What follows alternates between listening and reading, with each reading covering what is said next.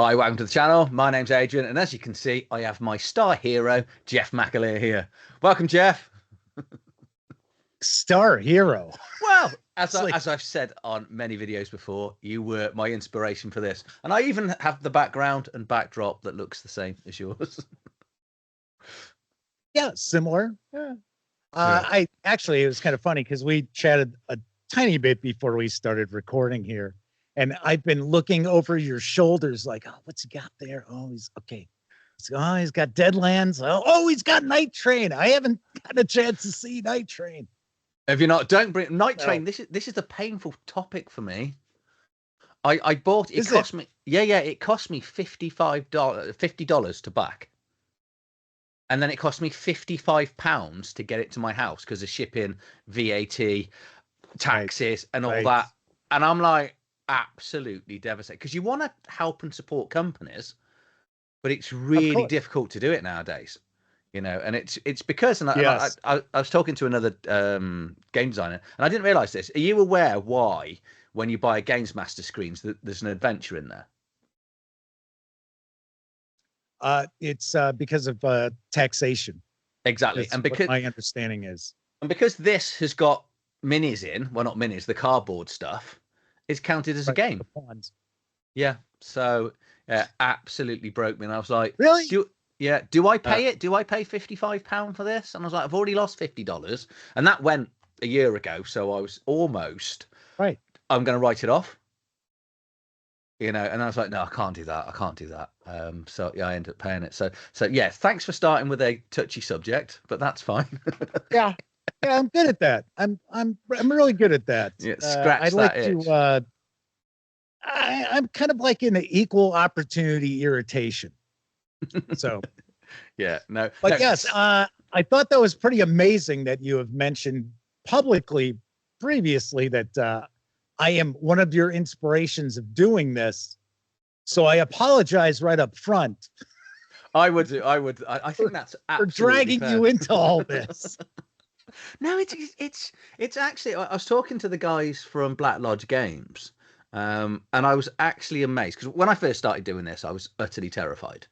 You know, you're putting yourself there out on the internet, openly going, I'm dyslexic, in a place when I was trying to read and write on the internet. So my first few videos were appalling because I can't write scripts and I can't read from a script. So going on the internet is difficult. And in the end, I just kind of settled into the how would Jeff do it type thing. And I was like, okay, let's just put the camera on and let's just start. Yeah. Let's just start going, you know, it's, and from there, I've kind of changed the way I do things. And it's, you know, very much your model, where I'm just talking to the camera, talking about books, and like people talk about editing taking a long time. Doesn't take that long because I don't do a lot.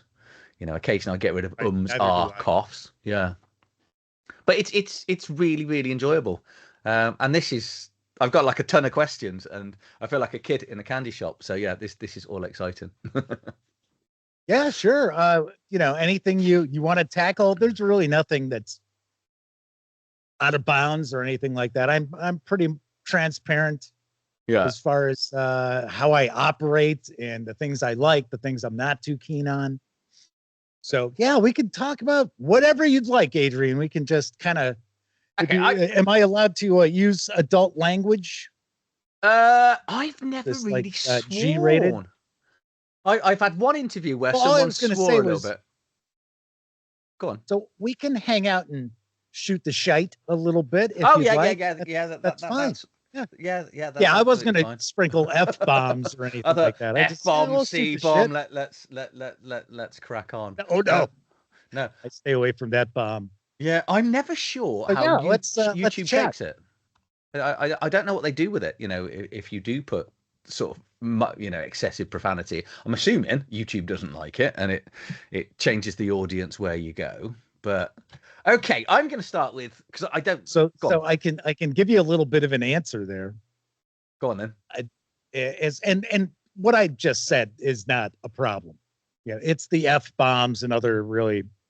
But if you don't use any adult language in the first 10 minutes of your video, you should be safe, and it shouldn't Yeah. really affect your monetization. And that's what I've been told. I don't know. And Yeah. it's not as if I sit there ranting and raving and swearing all throughout my shows, but I will drop an occasional epitaph and things like that. Yeah. A while ago, I did a So there you go. yeah, I did a chat with a couple of friends, and one guy was effing through his top 10, and my monetization on the thing goes like limited monetization. I was like, okay, thank you for this. But Well, yeah, you can't just, continually spout, offensive language, but yeah, you can get away with it's like here in the US, we've got like PG-13. yeah. You can get away with one F-bomb and you're safe. It's kind of the same way, I believe, with YouTube. Okay, so I'm going to start where I normally start with everyone else. First gaming experience. First gaming experience. Wow. See, I didn't get to prepare. I didn't get the questions in advance. I don't believe in it. No, that's fine. I fly by the seat of my pants anyway. It's pretty obvious. So my first experience role playing, my brother actually got into Dungeons and Dragons a little bit in grade school. And my brother's 2.5 years older than I am. So I was probably, we're probably talking about 76-ish or so, 77-ish. So, I'm like 10, 11 years old.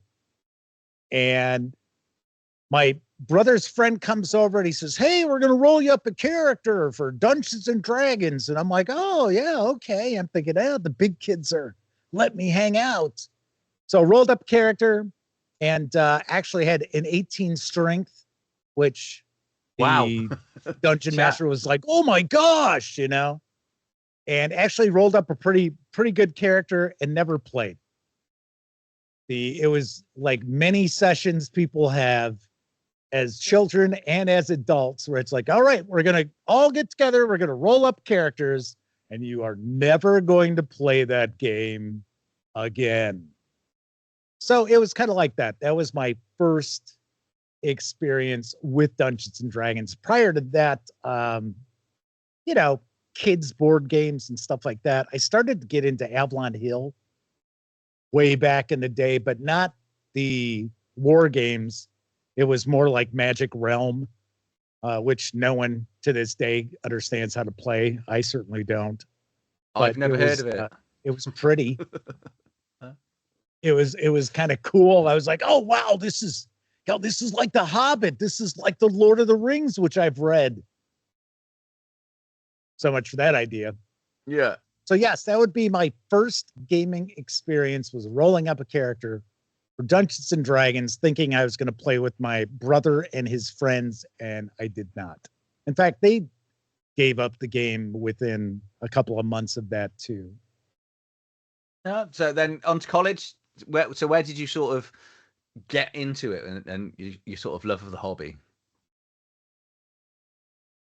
Prior to going to high school. So when I was about 12 years old, I have, for my entire life, I have been a voracious reader. So I read a lot of science fiction, a lot of fantasy, really got into that very heavily. And of course, that led into checking out various different games that were on the market. And that's how I stumbled across Magic Realm. In fact, I tell the story on my show from time to time.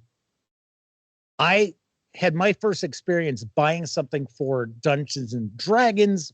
I went and bought G1, Studying of the Hill Giant Chief. And I thought, oh, hey, this looks really cool, because the hobby shop I would go to started to have Dungeons and Dragons stuff, and they had miniatures that were available to purchase individually, and they had them in glass cases for like 85 cents. It's like, wow. Yeah, wish that we had that pricing now. Yeah. And I got home and I thought, oh, wow, this looks so cool. And I opened it up and I thought, what the hell? What do you do with this thing? I didn't realize you needed to have a player's handbook or anything like that. And that is how I started to get into that. So that was about 78 or so. And I have been a gamer ever since. I was the president of a gaming club in my high school for 3 years. We were part of the club for 4. So, and my best friend, I have been best friends with for over, 45 years now. And the reason why we were friends in high school was because of games. Still have some people I went to school with that I'm friends with through, Facebook and stuff like that. And the connection there was always games. It was a great way to meet people who had similar interests. Yeah. Still play with them now and those losers? Oh, no, wait. Yes. My best friend, Elliot Miller, he is part of the gang. So, yes, I game with them. Most of the other people no longer live in the Chicago area. I didn't live in the Chicago area for years and years as well, but that's where I grew up. And most of them have moved out west. So I do not game with them, but I do game with some other people. Of course, my best friend, my brother. It's funny, my brother was not much of a gamer, even though he's the one who was into Dungeons and Dragons to start off with. It's probably been within the last 8 years or so. And like I said, he's 2.5 years older than I am. But now he's always like, hey, Jeff, when are you guys coming over? When are we going to get together again and play? Hey, I thought we were going to play Call of Cthulhu this week. And so, yeah. Sadly, I would love to actually have a game with some of the people that were part of the gaming club in high school, but I would want to do it, sit down in person, not through a virtual tabletop. See, I think if it wasn't for virtual tabletops, this hobby would be it'd be a lot more minimal than it is now. I think it's absolutely been wonderful for it because it, like you've got the people you used to play with. My gaming group, we still get together every Tuesday, and we all live miles apart. Not American miles apart. We're talking an hour and a half in this country, but that's not a long way for you guys because I talk to people all the time, and I go, oh yeah, I'll travel 2 hours to my local gaming shop, and I'm like, local gaming shop, 2 hours. Yeah, I wouldn't call that local.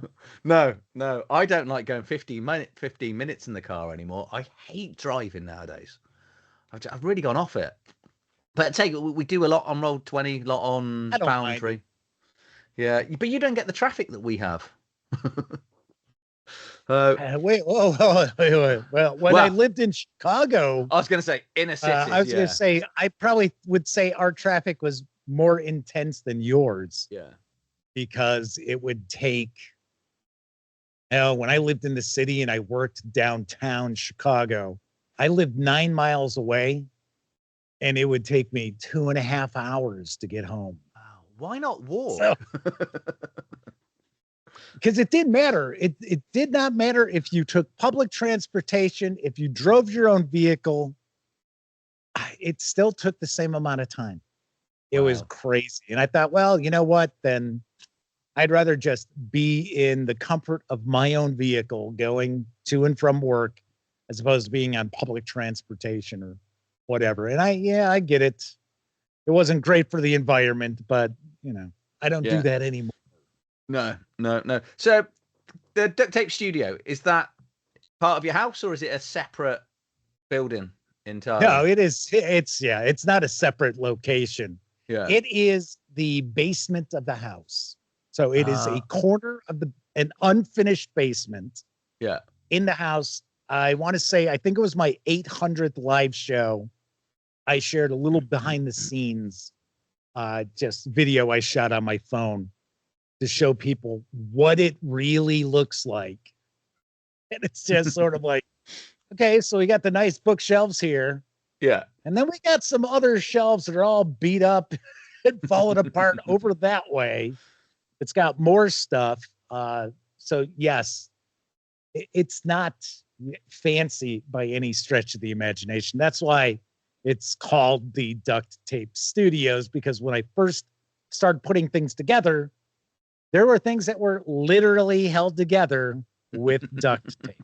So amazing. Well, I can scratch that question off because that was coming at some stage. So, but yeah, the American houses have these amazing basements. You see them all the time on films, and you know, when I used to be into board gaming, this is what I was saying before we went on camera about how I flit around. You know, in lockdown, sure. I had about 350 board games. Didn't play a single board game during lockdown. Came out of lockdown, within a month, they'd all gone. Wow. And then I reinvested that money into a whiskey collection. And I do this all. My wife goes mental because I will just go from one thing to the next, and the money just rotates into my next hobby. But this has been my only consistent hobby in my whole life since I was been about 16. It's role playing. That's it. What is your favorite role playing game, Adrian? Oh, Warhammer Fantasy Roleplay. That one's quite easy. Good old Whiffrip. Yeah. And I do the gang over at Cubicle 7 Games. Yeah. And they're now sending me stuff, which is absolutely amazing. That, you know, when I started this, that I was like, oh, I wonder if I'd ever get to a stage where I can get a free book. That was it. And now suddenly my hobby's free entirely, which is absolutely incredible. Right. But I think it might lose out by the end of this year. I think it might go off the top slot, and it's going to be quite obvious what is probably going to replace it, judging by what I do a lot of on my channel. So, My Little Pony role playing. That's the one. No, Daggerheart. You know what? I was going to say Daggerheart. I thought, no, because I know you just reviewed it. Yeah. Did you watch it? Right? Yeah. I have not. Because I have a correspondent, because she bought it in PDF, because I have no relationship with Darrington Press. Yeah. And I have a shoestring budget. So it's like, I really don't spend money on games anymore. But I thought, you know what? Everybody's digging on Daggerheart. I haven't heard a lot of people say, I wish I hadn't bought that. I wish I hadn't backed it. Everybody seems pretty pleased. You haven't watched my video. I asked for my money back. Did you really? Yeah. So you were being facetious when you said Daggerheart. Yes. Yeah. Well, I assumed because you mentioned the My Little Pony role-playing son of a... So, no, I dragged me in. Yeah, you trolled me. I did. See, but it's true though. Merit. You have seen all these people saying it's, oh wow. I mean, because we know I'm not going to harp on this topic, but we know there are the shills out there where it's like everything that arrives is the greatest game since I reviewed the last game. Yeah, like all this is the absolute best science fiction role playing game I've ever played. Until the next science fiction role-playing game arrives in the mail. Like, okay. So here I thought you were serious. Wow. See, so you disliked it. Yeah, it's because of my start. I tend to review every game from a games master's point of view, not a player point of view. Of course. So the comments I've got how I do it too. Are all from players being quite negative about my review of it. And I'm like, this isn't something I'd ever run, because, Adrian, I'm gonna get you. Yeah. Ed Mercer's like, I know. I'll just use this quick one, and this is one of the big ones. So the games master rolls a d20. Yeah. Come on. The players get to roll 2d12. On average, they're going to get a lot more than the games master. The players crit on doubles. How those dice work. Yes. Yeah, the players crit on doubles, any double, all the way through. So they're 1 in 12 chance of getting a double. Games Master crits on a double, 1 chance in 20. If the players roll their lowest score, which is 2, which is still 1 higher than it's still a critical. So the lowest roll a player can get is 3. It's a great game if you want to be a superhero type fantasy character. And I could see, like 5th edition. Fifth edition has that. Yeah. There's a lot of people want to play it. You don't get many games masters want to run it because it's quite a hard system to run from a challenging and fun point of view as a games master, because it doesn't feel very balanced.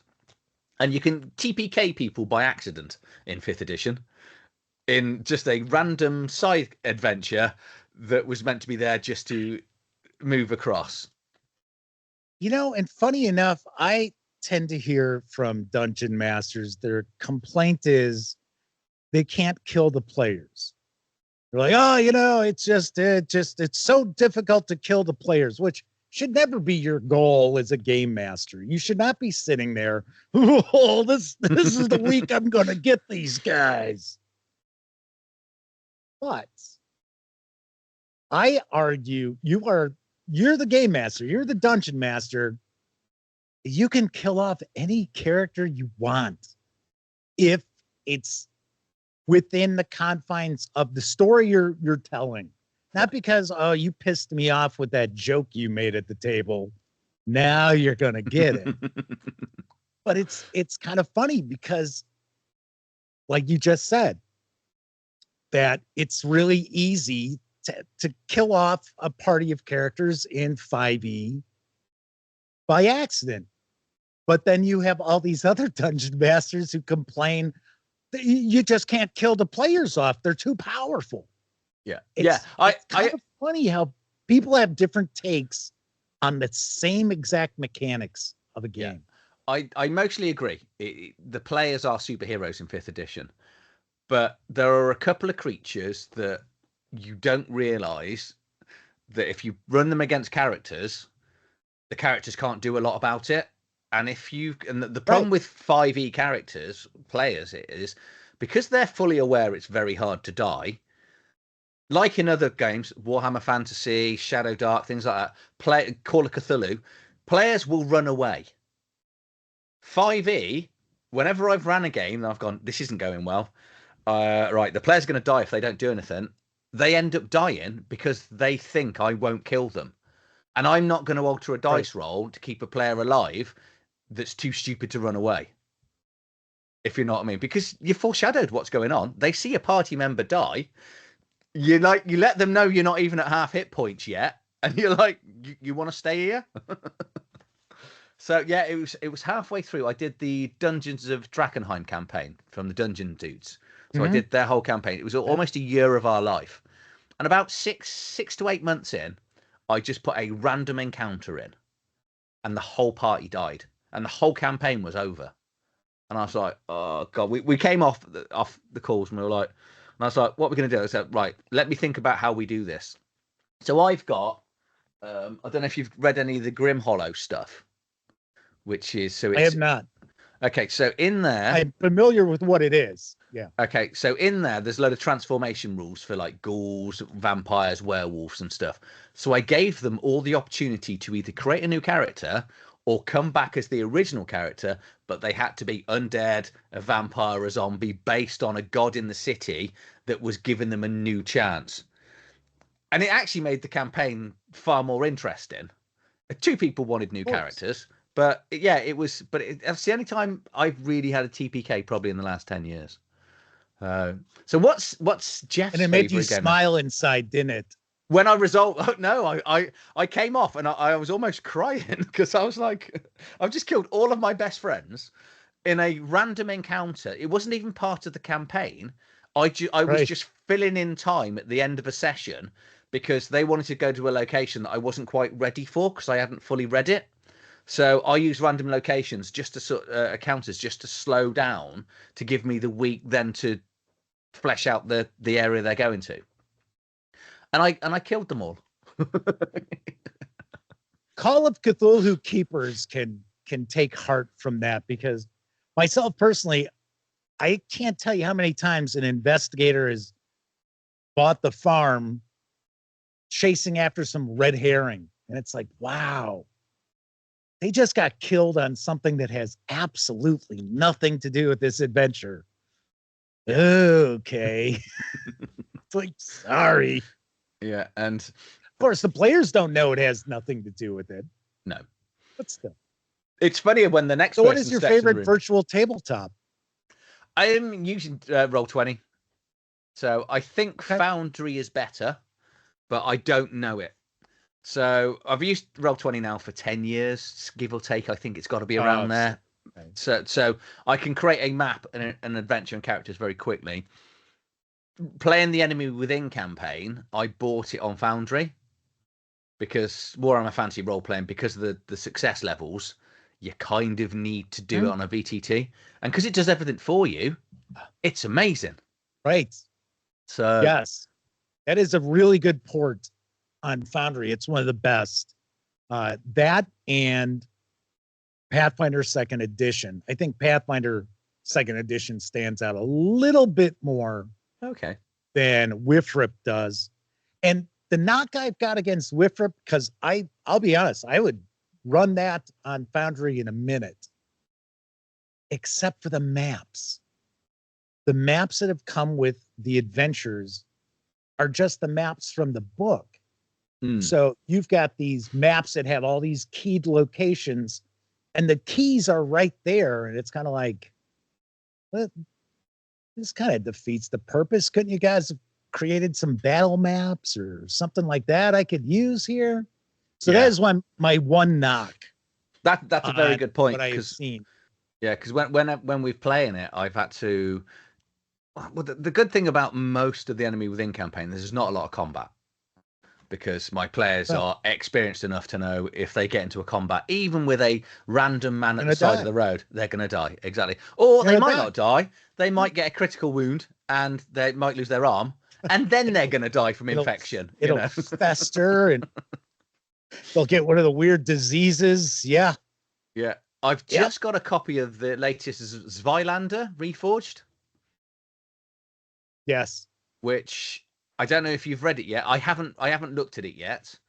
I have not seen it. I did take a peek at the starter sets that Daniel Fox had put out. And it was, I mean, the reality is it was surprisingly good. But then right after I got it, the company that was actually producing the starter set said, we're not doing role-playing games anymore, because they were a publisher, book publisher. And they're like, now we're done. We're not selling this. So I was like, that doesn't make much sense to review it now, does it? Because you can't go buy it. Yeah. But the one thing that I have to knock Zweihander about is it's essentially Warhammer Fantasy Roleplay with the serial numbers filed off. Yeah. Yeah. So and I get it. You can't copyright mechanics and stuff like that. But still. What interests me about it is because the problem, especially with 4th edition, is it's quite a high bar to entry. Yeah, because of the rules and success levels and stuff. And I was talking to Zach Goins about it because he's helped redo the new edition of it. And he said a lot of that's disappeared. So I picked up a copy, and what I'm going to do, this is my plan, whether it comes out or not, is I'm going to do a comparison of the two. Because if I'm going to take on and we were talk about it, could you imagine if one of my favorite games of all time, and then we've got the clone game that I've always avoided buying because I went, it's just a clone. Imagine if that becomes my favorite, and then I don't want the original Cubicle 7, and I make a video and Cubicle 7 see it and then stop sending me stuff. But I'm not a good liar. Do you wake up in a cold sweat because of this, or? Well, it's only come out today, so I haven't worked it out. But this is the thing I have with my reviews, is I can't, and my wife always says this, I can't lie.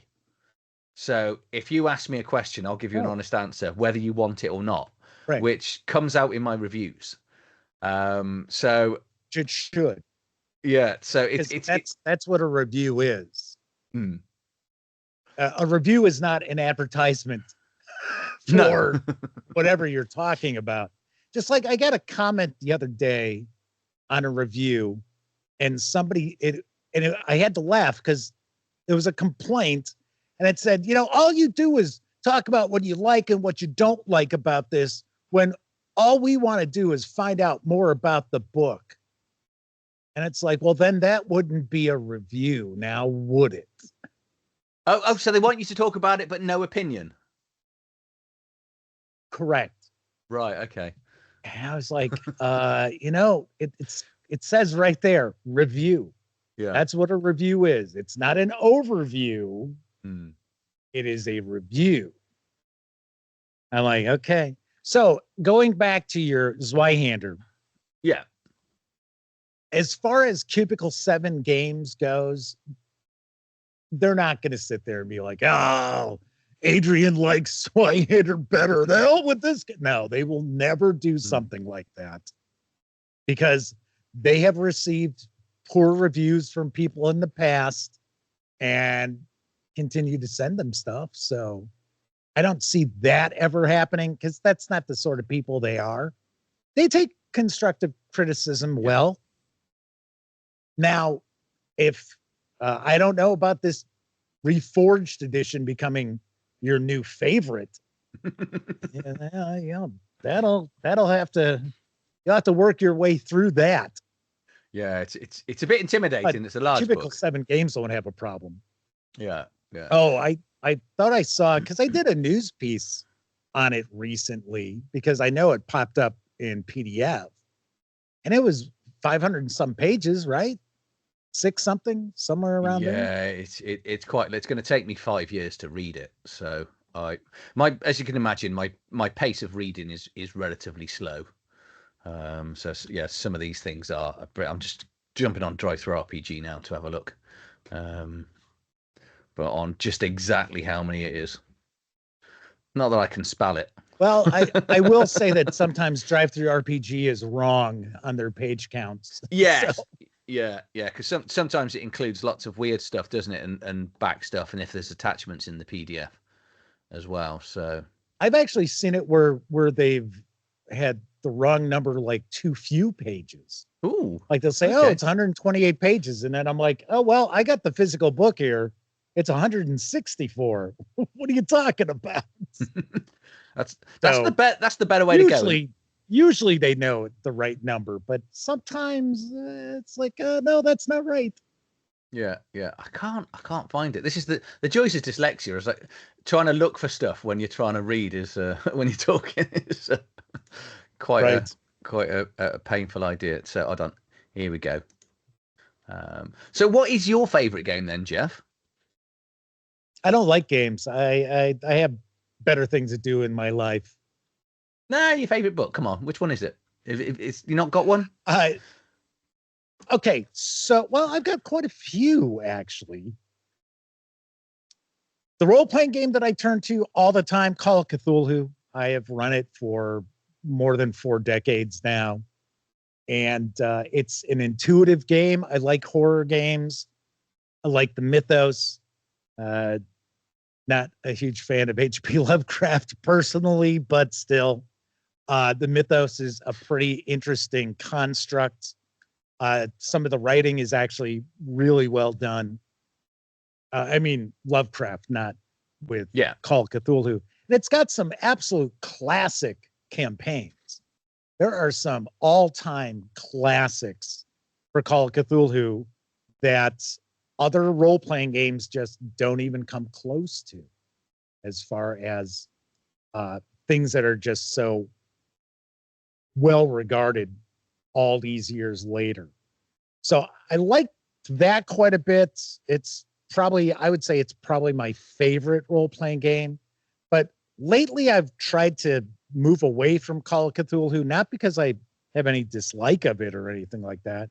It's just I would like to run stuff that's a little bit different. Yeah. That is a different genre, different theme, different attitude. And I like Castles and Crusades as far as fantasy goes, because it has an old school mindset, but it does have more modern mechanics to it. A lot of content for it. And the folks who are behind it, Troll Lord Games, are good people. So I always like supporting good people in the industry. So I got to say I like that quite a bit. Mothership is cool. Savage Worlds. I mean, there's so many awesome role-playing games out there, many of them right behind you. I do like some awesome games. So, do you know what? Mothership, Yes. Mothership confused me. I didn't get on with it, and I thought I was, as I bought it and I was reading it, I was like, do you know, I don't think I'll ever play Free League's Alien again. I think that this is so much better. And then I played Mothership. This is going to get me a lot of hate, and I don't think I'll play Mothership again. And I'm going back to Aliens. I just So the issue that I have heard people talk about the most is that the success rates of the player characters is really low. Yeah. So because it's a percentile system, and they're, things that they're really good at is maybe like 35%. But the thing is, I think what's kind of lost on some of the game masters out there is, if a player fails at their role, that does not mean that they failed at what they're trying to do. Correct. That the game master can add a complication or things like that. And I like that. I think that's pretty cool. I think for what Mothership is in such a small package, I think it packs in a lot of really interesting concepts. And it's not going to take people a long time to figure out, how the hell do I play this thing? What am I supposed to do? Yeah. I'm looking at my character sheet. It's not telling me what to do in this situation. I've got a problem here. Like many modern players with other games out there. It's like, well, that's why I like the old school, where the old school it's player agency. It's not what's on your character sheet. Like, oh, hey, you know what? I want my character to try to do this, as opposed to, oh, let me look at the character sheet. Can my character do this thing? I don't know. I don't see it on my. Yeah, But yeah, I like Mothership. I don't necessarily know if it would be my go-to science fiction role-playing game. Yeah. I think Traveler would probably be that. Of course, then again, if I want to do some Warhammer 40K, we've got a couple of games from Cubicle 7 Games with another on the way, I think, for Warhammer 40K. Two more? Oh, no, 40K. Yeah, we've got Horus Heresy, haven't we, next year? Yes. Due. But we've got the old World's due within the month. For Wifrip. Yeah, right. Yeah, for Wifrip. Which I don't know. I'm a little... I saw some of it. As someone who really likes Wifrip, I'm sort of like, oh, but that's going to take away focus from Warhammer Fantasy Roleplay 4th edition, which I really like a lot. I don't know. Yeah. I don't know, because it's going to be a whole new system too. Yes. So it's not going to be built on the Wifrip and the Warhammer 40K Imperium Maledictum rules systems. So I don't know. What I find amazing, I trust Cubicle 7 Games though. Yeah, I do. But what I find amazing is just look at them. So say Maledictum and Wifrip using one system. Wrath and Glory, completely different system. Soulbound, completely different system. The new Old World, a new system entirely again. Completely, right? Yeah. And where's Horus Heresy going to go? Again, is that going to be a new system, or is it going to be a rehash? And what amazes me is all of the systems are completely different and really good and playable. I don't think they have a bad one. Things like Broken Weave. That's their 5e stuff. D7. Yeah. Well, built on it, but it's compatible. Oh, is it? Okay, I've never read it. Funny enough, Wrath and Glory was not a Cubicle 7 game. Correct. It was Ulysses Spiel. Yeah. So there's our, I guess, reasoning why that system is different. Yeah, you're right. I forgot that was the second edition. So yeah. Foolish me. I would take a guess. We might see Horus Heresy and the Old World share a system. I don't know. I'm going to interview Dom at Gen Con and see if we can pick his brain a little bit about that. If not, I'll talk to T.S. Lucart who also over at Cubicle 7, who's pretty much in the Warhammer 40K systems and that kind of, find out, are those two going to be kind of the same system? Learn one, you can pick up both games, sort of like I think they will. 4E. Yeah. I would think so too, but you never know. No, the bit that makes me think it will is because in some of the press releases they've had, that the old world's going to be compatible with the Warhammer Minis game and Wolfrup. And I think they'll do the same with Horus Heresy as a cross-selling tool, because obviously you can buy this rule book, then go and buy the minis, and then it'll all be interlinked to some crazy cross-selling, I think. Which is why Cubicle 7 are doing it. Well, it's not. They're doing it because they handle products and their IPs incredibly well and have very good stuff. But I think all three will all be, well, those two, and then keying back into Warhammer, because a lot of companies now take Wizards of the Coast. Wizards of the Coast, we've got to be careful because don't. Where am I taking them? Don't besmirch them. But take them out to the woodshed. Is that where I'm going to take them? There will be a point. And I wouldn't be surprised if they're there already, where they're making more money on selling the name and the IP of Dungeons and Dragons than physical copies of books. And Warhammer. Well, we already know that. Yeah. WotC wants to get away from physical books. Period. Yeah. So. Did I say which WotC? is funny because they don't like PDFs. No. I said actually. Accidentally said WotC. I meant to say Wizards of the Coast. But we know they do not want to continue publishing physical books, but that is what the audience wants. So they're kind of stuck with it for the time being. And of course, the collapse of their virtual tabletop didn't help. No, in that regards either. So no. Top two bosses went all within a week. So, yep. Yeah, it's not looking good. I don't, it's funny. I just find myself disappointed by Wizards of the Coast. I don't have animosity towards them or anything like that. I just, I think part of it is they've got way too many cooks in the kitchen. Yeah. That's why their adventure releases are so poor. Okay, maybe not poor, not as good as they could be. And it's because you open up the book and there's 45 freelancers who worked on it. And you're like, really? This thing's 200 pages long. Yeah. Like, okay, so you've got those 3 pages. You've got those 4 pages. Yeah, kind of slipshod as far as that goes. Yeah, one day a pity. Maybe they'll turn it around. Well, within 3 years, my bet is we'll have a 6th edition. Well, we have a new edition. I keep saying that and people go, no, Jeff, it's not a new edition.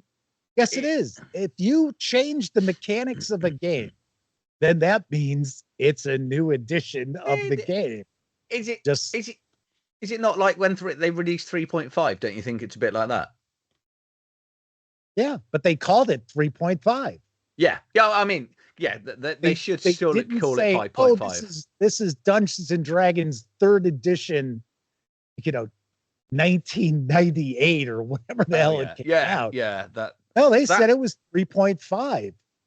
So to me, that would be, it's a new edition. You put the 0.5. Yeah. I mean, it doesn't really matter in the great scheme of things. It does annoy me now, though. The game has radically changed. Yeah.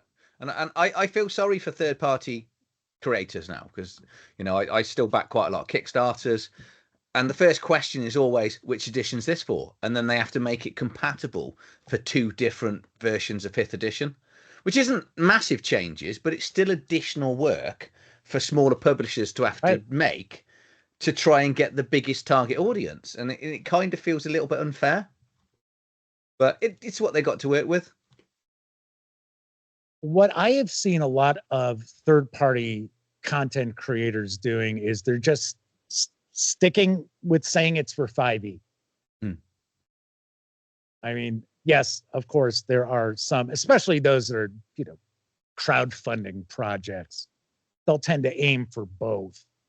But the folks who are out there releasing content and they've been around for a while doing third party stuff, it seems like it's just 5e.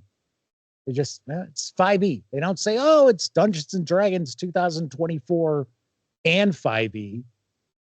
So, and I know there's been a lot of pushback from gamers too, who big fans of Dungeons and Dragons, who said, hey, you know what? I'm not going to buy these new books that came out.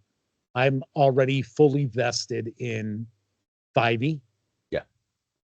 So knowing that, if I were a small third-party content creator, I think I would still be setting my sights, taking aim at 5e rather than the not new edition of Dungeons and Dragons, as I refer to it as. Yeah.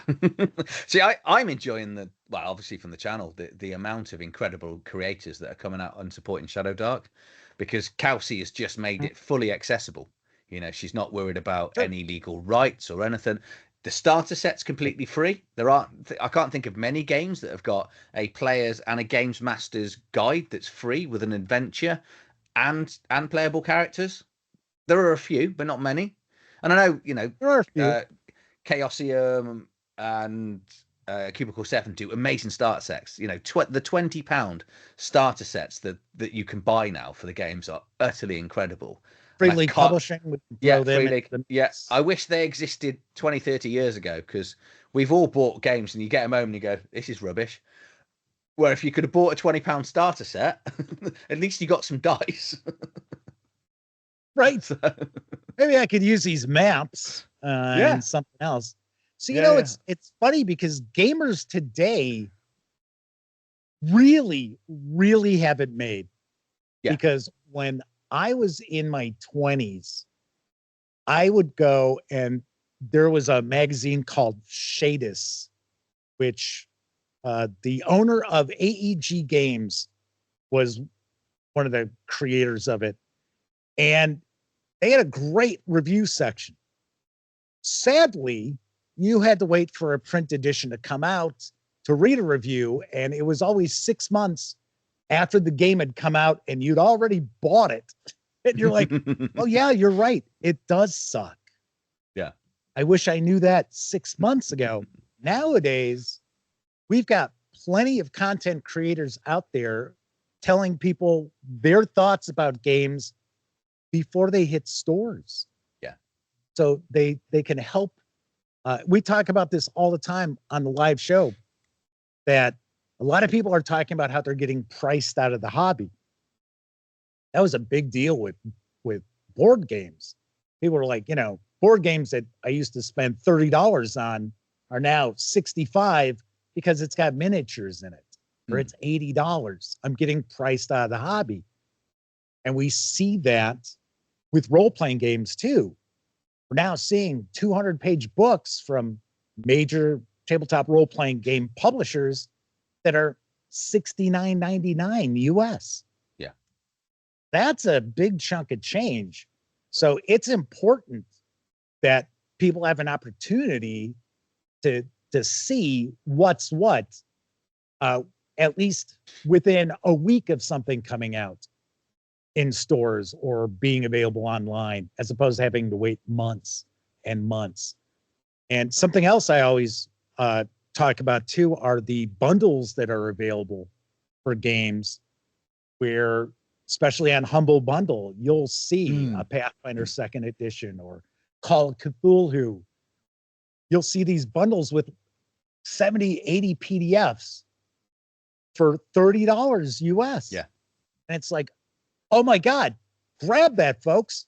Stop talking about how this hobby's getting too expensive, and keep your eyes peeled, because you will see some of the best role-playing games out there available digitally for a song. Yeah. So. Yeah. And also, we're lucky where we live, because you're the same, we've got access to TTRPG, print on demand. And where that isn't, Lulu. And the quality of Lulu books is bloody phenomenal. I'm absolutely amazed. Quite a bit. Yeah, well, I don't know where because I know you have issues, or you used to have issues in America on drive-through RPG.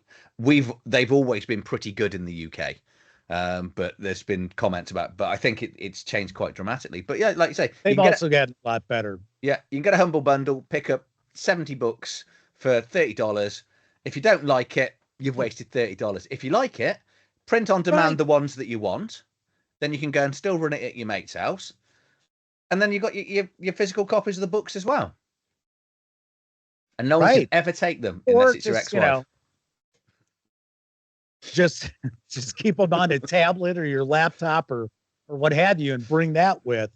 I know some folks aren't super keen on PDFs.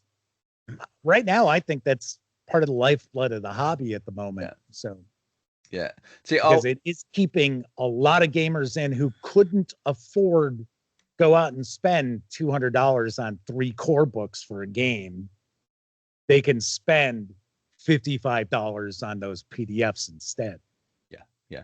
But also, it means I can read better on a PDF, but I can't play a game on a PDF. But going back to like crowdfunding and things, I wouldn't have Shadowdark if it wasn't for PDFs. Because I think the books are like $45-50, Right. and about £300 Right. to ship to the United Kingdom, and that's not Kouse's fault. That's just sadly going back to our first conversation on where we Yes. are. You know, you're going to show me a nice signed copy as well, aren't you? Yes. Go continue, Adrian. Yeah. Oh, the hatred for this man. Join the club. It's okay. I'm biting Get the in bullet line, on it. Adrian. Yeah, yeah. I'm biting the bullet on it, and I've gone all in on the latest Kickstarter for the limited stuff. So I'm just powering back Nice. every penny that I've had on this channel to get me those. So, but I'm dreading the It's kind of shipping. funny too, because speaking of Shadowdark, and I have not met Kelsey personally. I have corresponded by email with her, and it's really interesting to see some of the fairly big third-party publishers for D&D stuff kind of starting to give Shadowdark the time of day. Yeah. So I have seen, I want to say Roll for Combat, who does tons of 5e and Pathfinder third-party content. Now suddenly, we got some Shadowdark stuff. It's like, oh, nice. Yeah. What I'm kind of concerned with is I don't want to start seeing the, like, okay, so let's be honest here. There's a lot of third-party content out there that is absolute trash. We all know that. Yeah. Yeah. Just because something on TTRPG says it's like, oh, this is for 5e. Or it says, oh, this is OSR. And then you look at it and you're like, why is this all statted for 5e Dungeons and Dragons? I thought this is OSR. And it's, 20 pages of fluff and 3 locations that are keyed. You're like, oh, okay. I really hope we don't start to see a lot of that for Shadowdark, because I think we will. Obviously, because Shadowdark's popular. It's got buzz. Yep. And the people who are like, well, I'm just going to say this is statted for Shadowdark 2 now. It's going to be out there on drive-through RPG. Yeah, it's going to happen. I'm getting sent quite a lot of Shadowdark stuff at this moment in time. And so far there's only 2 that I won't review. I haven't told them I'm not going to review them yet. Because no one ever asks me to review it. They basically send it me, go, let me know, let me know what you think. And if I like it, I'll put the camera on and talk about it. If I don't like it, I can't put the camera on. Daggerheart. Hey, let's talk about that. Let's wrap up our talk here on that topic. Yeah. Because I get a lot of people who ask me, how do I handle a negative review? And I have changed over the years, because years ago when we first launched back in 2010, And I mean, at one point we had as many as 6 of us who were reviewing stuff for the gaming gang. I had no problem savaging something. And I mean, I would tear a new asshole, as some people would say. Nowadays, I don't want to waste my time doing that. How do you feel about approaching a negative review? I mean, if something's like just god awful. Okay, so if it's god awful, I wouldn't put the camera on, because I've been asked, someone's offered to pay me to review their book. Of course. And I declined. I said, I don't even send me your book. I don't want it, because the moment I'm into being paid for a review, my integrity is gone, as far as I'm concerned. Well, you're a shill. That's just me. If someone sends me something for free, I always tell them that when I'm recording, it's been sent for free. I haven't been asked to review it, because I've never been asked to actually do a review. But because this is my hobby and not my business, if I'm putting the camera on, I'm putting the camera on because I want to talk about something I want to talk about. I'm excited and I want people to buy. Now, there are 2 books that I've done reviews of that at the end, I've recommended people don't buy them. One's Daggerheart, and that is because I reviewed it because people wanted me to review it. Now, I didn't end that by saying... You tricked me. You tricked me. You told me you liked it. Now I feel like a fool. So where people get, what frustrates me with this is people have clearly, when they've sort of criticizing me in the comments, clearly haven't watched the video to see my full perspective of it. Welcome to YouTube, Adrian. Yeah. So I am going to go and leave a 5-paragraph comment based on the title of your video. It's like, okay, thanks. Yeah. So there's lots of that in there. Now, I pull out all the good things, but I explain why the game's not for me. And that's my style of play and my style of running. I don't want to play a heroic game where the dice rolls are skew-whiffed towards the players against the games master. But loads of people do. And I'm explaining that when I go in. And the other one is a Shadowdark book by a very popular and quite big YouTuber. And personally, I think it's about $10 over price. So as I got to the end of it, I went through all the positives, and I got to the end, I went, this is really the only book I've never recommended, unless you can find it on sale. If you can afford it and you've got the spare disposable income, you've seen what's in this book, you can go and buy it. But personally, it was about £10 cheaper than the Shadowdark main core rulebook and half the size. But again, people ask me to cover it. And there's great stuff in the book. I just think it's overpriced, especially when you're selling it direct, not through a third-party company. So you're picking up all the profit. Well, not all of it, because obviously, I appreciate. There's no middleman. There's no distributor. Yeah. Right. Yeah. So, and I thought, but it's like you say, these are most of the books I cover, because I don't cover WotC. It's just because it's not something I'm playing at this moment in time. If I was, I'd be covering it. But everything I pretty much cover is created by someone that spent time, money, hours of their life not seeing their families to create this. And this is the best they could create. And for me, who's just having my opinion, to sit on the internet and go, this is shit, I don't think that's ever something you should say about something. And if that's what all you've got to say, don't put the camera on. So that's. I guess I'm not doing any more reviews now. Thanks a lot. So how do you deal with it then?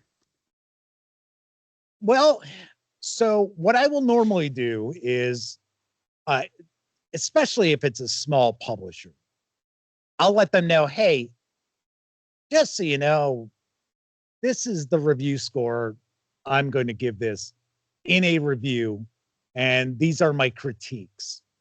And give them the option. Do you want me to share a review? Because there have been companies out there who are like, yeah, you know what? We knew we had problems with it. And any video about it is good for us. I don't see it that as much as I once did years ago. Now it's more like, no, that's okay. Thank you very much for telling us how you stand on it, and we appreciate that. It's like, okay, fine. If it's something from a bigger company, and it's not something where I'd be like, oh my God, I was tempted to burn this in a fire pit, I'll go ahead and do something that's, because I do the 0 to 10 scale. Yeah. If it's something a 5 or higher, 5, 6, I'll do it, because that's still, it's got some positive aspects to it. It's just not going to get a very high recommendation that you add it to your collection. Something else I'm very familiar with is not everybody out there runs role-playing games like I do. Yeah. So there are people out there who absolutely love nonstop combat, and okay, we go from one location to another location to another location. Every location's got a combat encounter and so on and so forth. That isn't my idea of a good time, but it is many people's ideas of a good time. So I always make sure that people understand the review is an opinion. It's my opinion. That's all it is. Don't get worked up about it, because it's just simply my opinion. But yeah, life is too short to be sitting out there just shooting videos. It's all negative, negative, Yeah. negative, negative, negative. It's just, so I don't do it. Yeah. The other thing Unless a company says, yeah, you know what, I want you to do it. And it's like, okay. Yeah. Yeah. So the final thing I've done is I've taken the score out of 10 off, because I'm mostly reviewing things I want to be reviewing because I enjoy it. And I was finding most of my games were coming in 8, 8.5, 9, 9, 9.5, 8. And I was like, this is silly. I'm not a trained reviewer.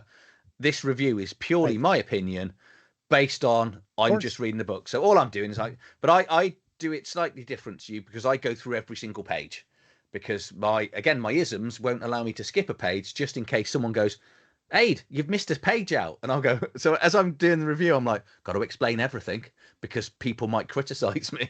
So yeah, so some of my reviews can take a long time. You need to be careful about that, because there will be publishers out there who do not want every page of their book shown in a video. Yeah, haven't had, because amazingly enough, there are people out there who will sit there and screenshot every single page. And it's like, really? You have that? You've got that much time on your hands in this world? You can do that? I put myself over the corner of the book, so you can't even read the whole of the book. Right.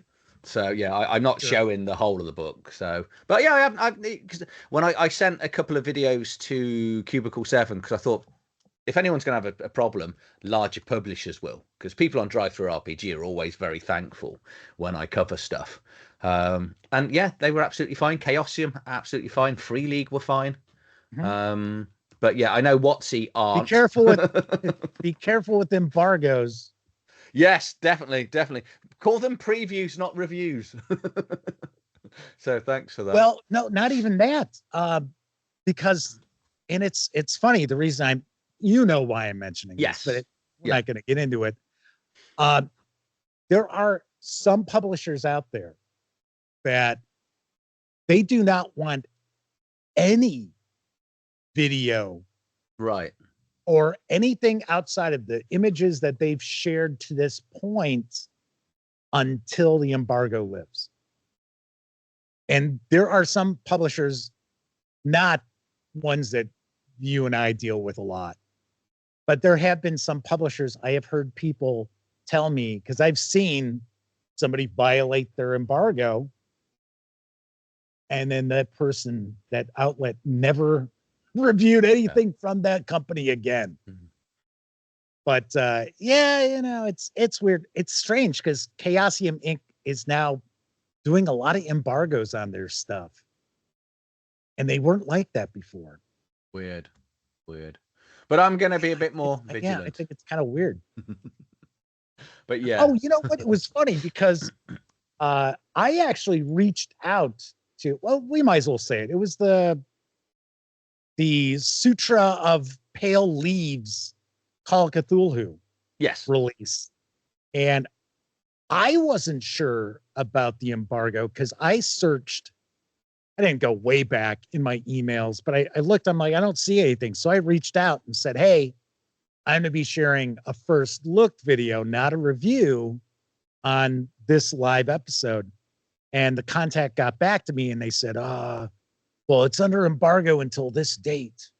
So you can't do that. So then I emailed back and I said, now it's not a review because they said it was a review embargo.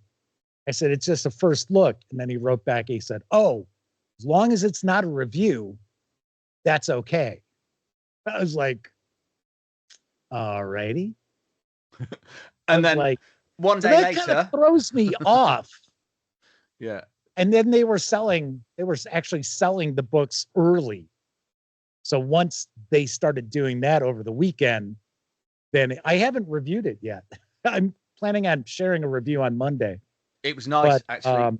The company emailed me, the writers, because this isn't written by Chaosium, it's written by Sons of the Singularity. Yeah. So he actually emailed me, saying I've just watched the video. So this was during the embargo. Really enjoyed it, and because I made a couple of comments, he then addressed the criticisms I had of it, and has offered to send me the next one and some other stuff of theirs. So, which is always fantastic.